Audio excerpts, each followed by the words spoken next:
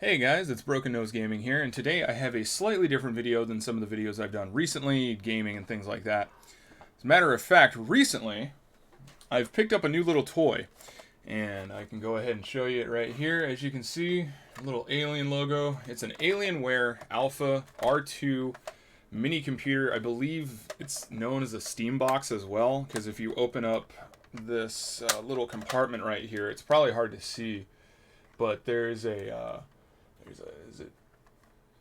it's not going to show up, but there's a little USB in here, and you put a Steam dongle in here, and then it runs Steam, I think, as its own operating system. This particular one's slightly custom already. It has Windows 10 on board, so it doesn't run the Steam operating system, which I heard is kind of anyway.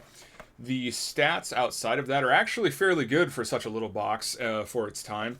Has an i7-6700T inside of here, which is a 35-watt, 4-core, 8-thread processor, 8 gigabytes of RAM, a 4 gigabyte built-in GTX 960, and 256 gigabytes of storage, which is off of an M.2 drive. So, not bad. There are some drawbacks. I believe there's only one slot for the RAM, so you can only do single channel, but still. So, I plan on upgrading this thing today just because I want to kind of, I guess, future-proof it, if you can even call it that, as far as I can. I want to max out what I can do with it.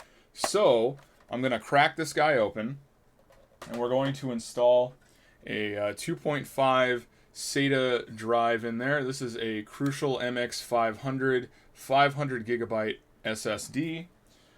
Also, in that little hidden USB port, I'm actually going to put a 128 gigabyte flash drive in there. It's a USB 2.0 port, so I went ahead and just got a cheap little 128 gigabyte USB 2.0 flash drive. That's going to be permanently under there for extra storage. I'm going to change the RAM to the maximum allowed, which is going to be 16 gigabytes. This is a DDR4 2400. The max it can run at is 2133, but this was literally the cheapest 16 gigabyte that I could find. I'm also going to take apart the heat sinks and fans. I'm going to clean them out, and I'm also going to re-thermal it with some MX4 paste. And then lastly, one of the most important things in my opinion to do is to replace the real-time clock CMOS battery. From what I've been told and what I've researched, when these batteries go bad, which they will because they're batteries, it will cause a lot of weird error issues where the light on the front of the computer blinks certain codes. They call it the yellow light of death. So one of the ways to circumvent this is to make sure this battery doesn't die. So this is all going to be done via my time-lapse on GoPro. I'll take it apart, kind of show you guys what's on the inside of this computer, which I'm kind of excited because that's a lot of power for such a little box. And yeah, that's kind of just the toy I got. Its purpose, other than just me buying it, is it's going to be a portable computer. I've tried editing things on laptop. It doesn't work very well, even with my slightly better Ryzen laptop. So I figured this thing's small enough to where I can take it with me when I travel or go somewhere, and then just plug it into the wall, plug it into a TV or something, and boom, I have a computer that can game. I have a computer that can edit videos. So that's the whole purpose of this. Anyways, let's go ahead and get started, and we'll crack this thing open.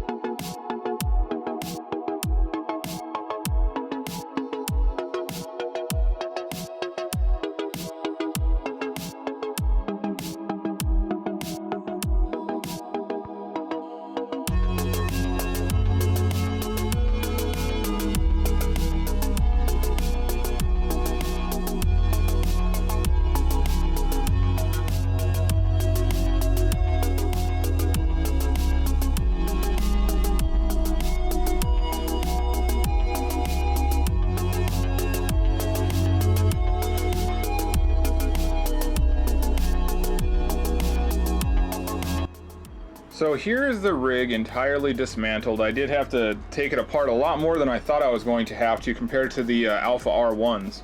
The clock battery is actually underneath the motherboard, and in order to get the GPU heatsink off, you also have to attack it from the bottom. So right away, I can go ahead and I can actually just remove the RAM for right now. I don't see any reason why to have that out, and as you can see, yeah, it's only one slot, so I can only have a maximum of 16 gigabytes.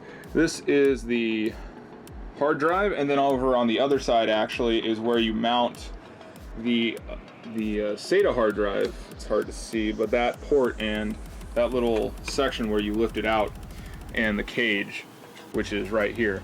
This is the heat sink to the CPU, and then these are the fan blowers. Actually, upon taking it apart, I'm actually really glad I did, because the GPU fan blower was very, very loose, if not even connected at all. So I'm grateful I took a look at that. This is the Wi-Fi card, and then this is the CPU. That thermal paste looks super nasty, so I'm gonna definitely replace it. And as you can see, this is actually a fully removable CPU. This is not a soldered in CPU or anything like that, so we can take it out. I don't think we'll be able to see the markings on here, not until I clean it off, but I'll go ahead and I'll do that, and then I'll take off the battery, and then we'll start cleaning everything up and putting everything back together.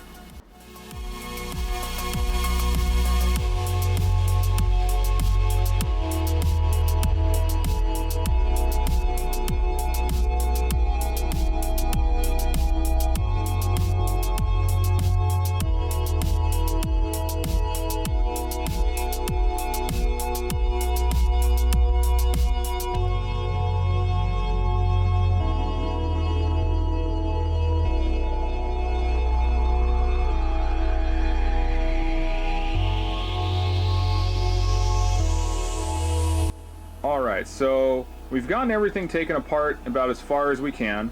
I got the heatsink off on the underside of the board, so the heatsink for the GPU is going to be the first thing we put back on, and I'm going to grease it as well. Also, that blue thermal paste is like super, super nasty. I've already replaced the battery, so after I get the GPU set up, I can go ahead and just start putting it back together. We'll reinstall the CPU, reinstall the RAM, get everything put back together, and then start buttoning the thing up. And then I'll get the hard drive, and hopefully I'll get to test it out here and see how it's doing.